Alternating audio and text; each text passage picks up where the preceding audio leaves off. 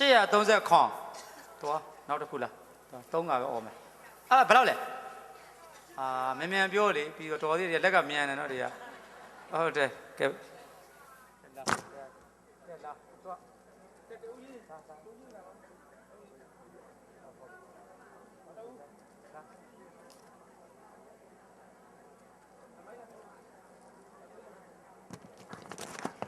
တကားတွေကဖျားနဲ့မတည့်ဘူးဆိုသူဖျားမပေါက်တာများတယ်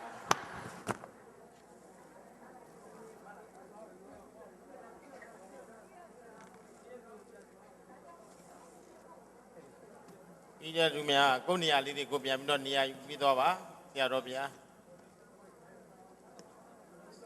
ရှောက်လန်းမှာတရားနာကြတဲ့ယောဂီသူတော်စင်များရှောက်လန်းလေးများကျွန်တော်တို့နေရာဖယ်ပေးပါရင်မေတ္တာရက်ခံရပါတယ်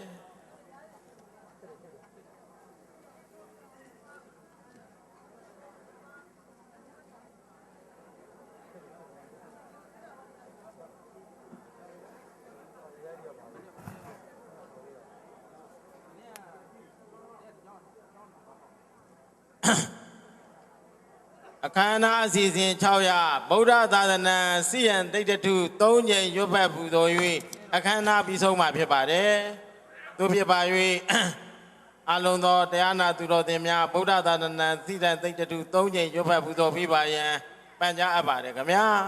။ဗုဒ္ဓသာသနာ